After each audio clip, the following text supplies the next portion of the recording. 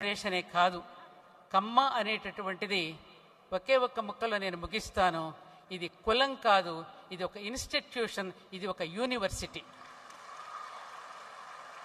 కర్మ అనే శబ్దం నుండి రకారం అనే బీజాక్షరం వాడుకలో తొలగిపోవడం వల్ల కమ్మవారుగా అయ్యారు. అందుకని కమ్మవారిని బహువచనంతో సంబోధిస్తారు. ఈ మధ్య కాలంలో 2 రాష్ట్రాల్లో కూడా తెలివి తక్కువతనంతో ఒక ద్వేషాన్ని పెంచి కమ్మోడు కమ్మోడు అంటూ మాట్లాడటం మొదలెట్టారు. ఒకసారి నేను రైల్లో ప్రయాణం చేస్తూ ఉండగా నా ఎదురుగా కూర్చున్నట్టు ఒక బెర్త్ మీద కూర్చుని ఒక ఆయన, ఏవండి మీది ఏ వారం అండి? 8వ వారమా మీరు అన్నారు. నాకు అర్థం కాల. వారానికి 7 రోజులే కదమ్మా, 8వ వారం ఎక్కడ ఉన్నది అంటే, అదేనండి కమ్మవారం అండి అంటారు కదా, అదా మీరు అన్నాడు. ఎందుకు అడిగారు ఈ ప్రశ్న అన్నాను.